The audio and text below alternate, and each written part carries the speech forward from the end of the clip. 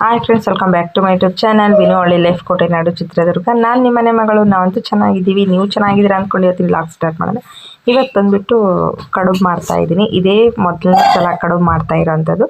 ತಿಂತಿದ್ದೀನಿ but ಯಾವಾಗೂ ಮಾಡಿಲ್ಲ. ಹಂಗಾಗಿ ನಾವು ತಿನ್ನೋದೊಂದೇ ಅಲ್ಲ, ನಾವು ತಿಂದಿದ್ದೀವಿ, ನಮ್ಮ ಮಕ್ಕಳು ಕೂಡ ತಿನ್ನಬೇಕು ಅಂತ ಹೇಳ್ಬಿಟ್ಟು ಈ ಥರ ಗೋಧಿ ಕಡುಬು ಮಾಡ್ತಾಯಿದ್ದೀನಿ. ಮೊದಲೆಲ್ಲ ಸಜ್ಜೆ ಕಡುಬು ಅದನ್ನೆಲ್ಲ ಮಾಡ್ತಿದ್ರಂತೆ ನಮ್ಮ ಅಜ್ಜಿ, ನಮ್ಮ ತಾತ, ನಮ್ಮ ಮಾವ, ನಮ್ಮ ಅಕ್ಕ ಎಲ್ಲರೂ ಹೇಳ್ತಿರ್ತಾರೆ ತುಂಬ ಟೇಸ್ಟಿಯಾಗಿರ್ತಿತ್ತಂತ.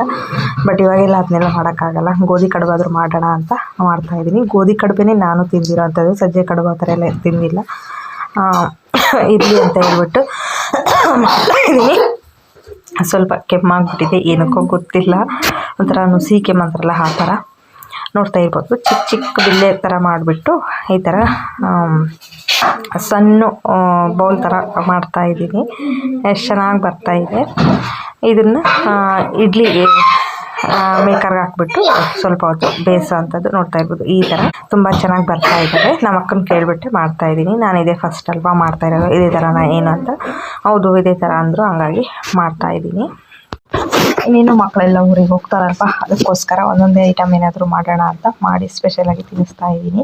ಬರೀ ಜಾಮೂನು ಅದು ಇದನ್ನೇ ಮಾಡಿದ್ದೀನಿ. ಇನ್ನೊಂದು ಸರಿ ಜಾಮೂನು ಮಾಡಬೇಕು, ಯಾಕಂದರೆ ನಮ್ಮ ಫ್ಯಾಮಿಲಿಯಲ್ಲೇ ಒಬ್ಬರು ಮೆಚೂರ್ಡ್ ಆಗಿದ್ದಾರೆ. ಆ ಪಾಪಿಗೋಸ್ಕರ ಹೊಸ್ಗೆ ಆಗುತ್ತಲ್ಲ, ಅದಕ್ಕೋಸ್ಕರ ಮಾಡಬೇಕು. ಹಂಗೆ ಮಕ್ಕಳಿಗೂ ಆಗುತ್ತೆ, ಅವ್ರಿಗೂ ಕೊಟ್ಟಂಗೆ ಆಗುತ್ತೆ ಅಂತ ಹೇಳ್ಬಿಟ್ಟು ಮಾಡಬೇಕು ಅಂತ ಡಿಸೈಡ್ ಮಾಡ್ಕೊಂಡಿದ್ದೀನಿ. ಏನೇನು ಮಾಡ್ತೀನಿ ಅಂತ ನಿಮ್ಮ ಜೊತೆ ವಿಡಿಯೋದಲ್ಲಿ ಶೇರ್ ಮಾಡ್ಕೊತೀನಿ. ನೋಡ್ತಾ ಇರ್ಬೋದು ಒಂದೊಂದನ್ನೇ ಎಷ್ಟು ನೀಟಾಗಿ ಬರ್ತಾ ಇದ್ದಾವೆ.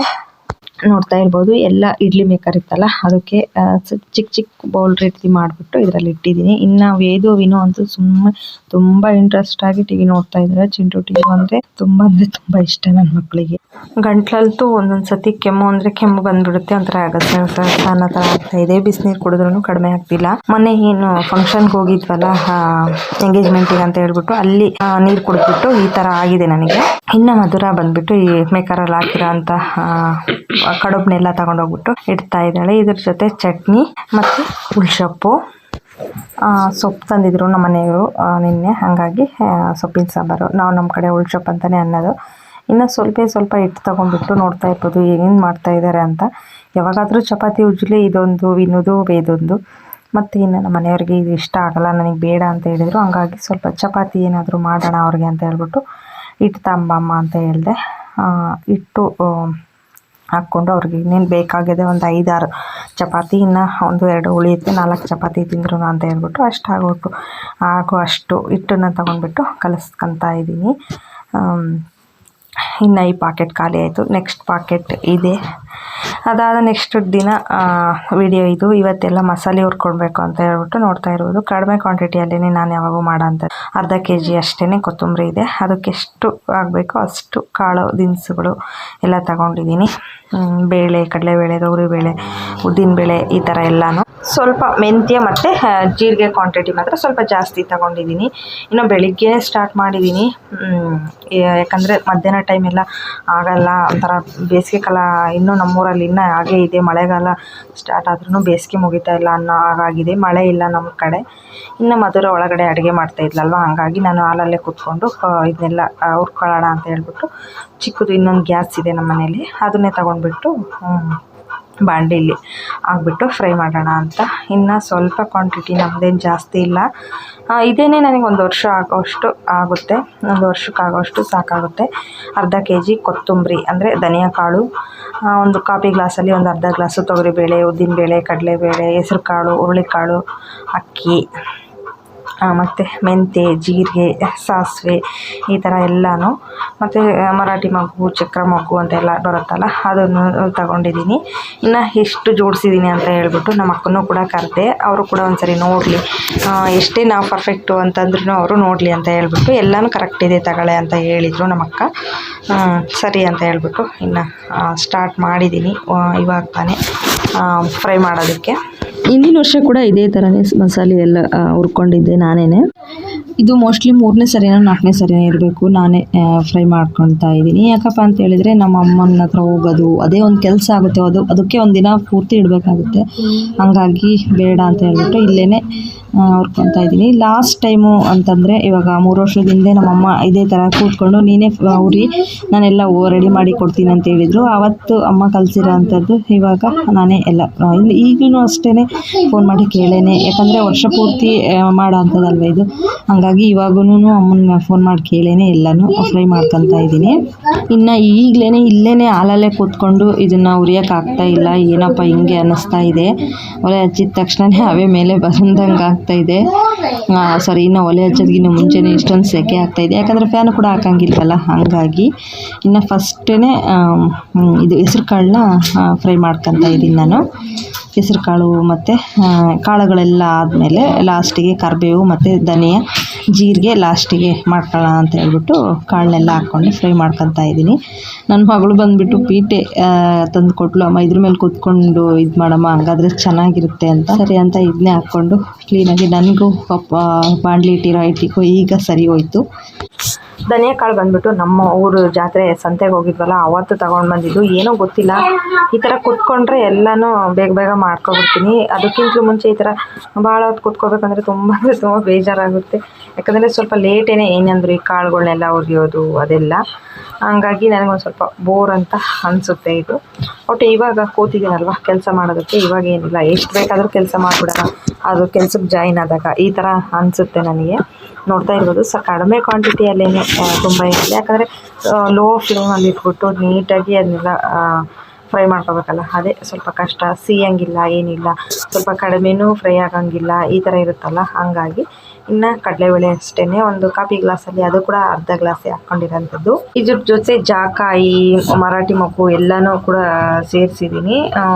ಆಗಲೇ ಮರಾಠಿ ಮೊಗ್ಗು ಅದನ್ನ ಹೇಳಿದ್ದೆ, ಜಾಕಾಯಿ ಹೇಳಿದ್ದಿಲ್ಲ. ನಾವು ಮಸಾಲೆ ಮಾಮೂಲು ತಗೊಳ್ತೀವಲ್ವ, ಅವನ್ನ ಕೂಡ ಬಂದಿದ್ದರು. ನಮ್ಮ ಚಿಕ್ಕಮ್ಮರದು ಇಷ್ಟರಲ್ಲೇ ಸ್ವಲ್ಪ ಹಬ್ಬದ ಥರ ಅಂದರೆ ಮರಿ ಕಡ್ದು ಪರೋವ್ ಮಾಡ್ತಾರಲ್ಲ ಆ ಥರ ಮಾಡ್ತಾಯಿದ್ದಾರೆ. ಹಂಗಾಗಿ ಅವರು ಮಸಾಲೆ ಬೇಕು ಅಂತ ಹೇಳ್ಬಿಟ್ಟು ಕರೆಸಿದ್ರು ಅಣ್ಣನ.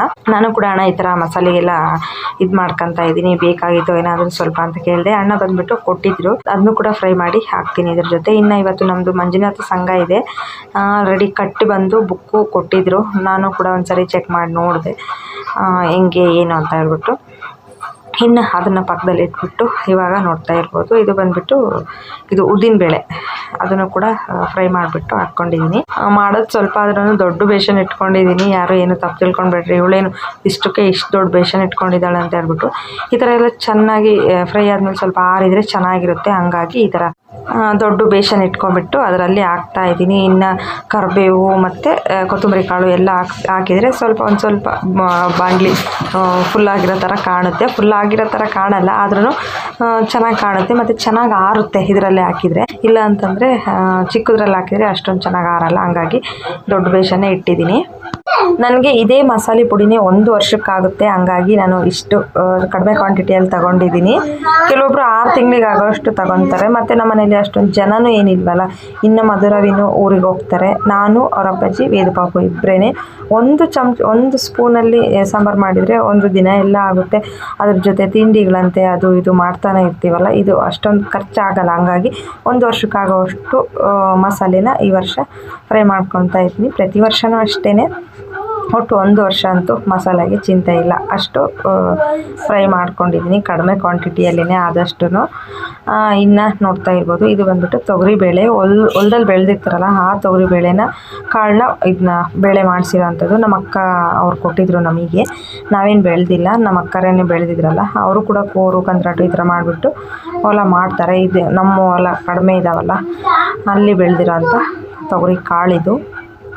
ಏನೋ ಒಂಥರ ಸಾಂಬಾರು ಅಷ್ಟೇ ತುಂಬ ಚೆನ್ನಾಗಿ ಮಂದವಾಗಿ ಇರುತ್ತೆ ಈ ತೊಗರಿಬೇಳೆ ಸಾಂಬಾರು. ನಮ್ಮ ಕಡೆ ಹೊಲದಲ್ಲಿ ಬೆಳೆದಿರೋದಾದರೆ, ಈ ಅಂಗಡಿಯಲ್ಲಿ ತಂದಿರೋದಾದರೆ ಒಂದು ಕಾಫಿ ಗ್ಲಾಸಲ್ಲಿ 2 ಗ್ಲಾಸ್ 1 ಗ್ಲಾಸ್ ಹಾಕಿದ್ರೂ ಸಾರು ಮಂದ ಬಂದಿರಲ್ಲ. ಈ ಥರ ಬೇಳೆ ಬಜ್ಜಿ, ಬೇಳೆ ಮಸ್ಸೊಪ್ಪು ಈ ಥರ ಎಲ್ಲ ಮಾಡ್ತೀವಲ್ಲ, ಅದು ಈ ಕಾಳಲ್ಲಿ ಸಾಂಬಾರಂತೂ ತುಂಬ ಟೇಸ್ಟಿಯಾಗೂ ಇರುತ್ತೆ ಮತ್ತು ಸಾಂಬಾರು ಕೂಡ ಗಟ್ಟಿ ಮಂದ ಬರುತ್ತೆ. ಇನ್ನು ಈ ಮಸಾಲೆನೆಲ್ಲ ಫ್ರೈ ಮಾಡಿಬಿಟ್ಟು ಒಂದು ಬಾಣಲೆಗೆ ಹಾಕ್ಬಿಟ್ಟು, ಇನ್ನು ತುಂಬ ದೂರದಿಂದ ನೀರು ತರಬೇಕು. ನಿನ್ನೆ ಬಂದ್ಬಿಟ್ಟು ನಮ್ಮದು TC ಬೇರೆ ಸುಟ್ಟೋಗಿದೆ. ಈ ಊರು ಹೋಗ್ಬಿಟ್ಟು ಫಂಕ್ಷನ್ ಮಾಡಿಬಿಟ್ಟು ಬೇರೆ ನನಗೊಂಥರ ಗಂಟ್ಲು ಗಸಗಸ ಅಂತಿದೆ.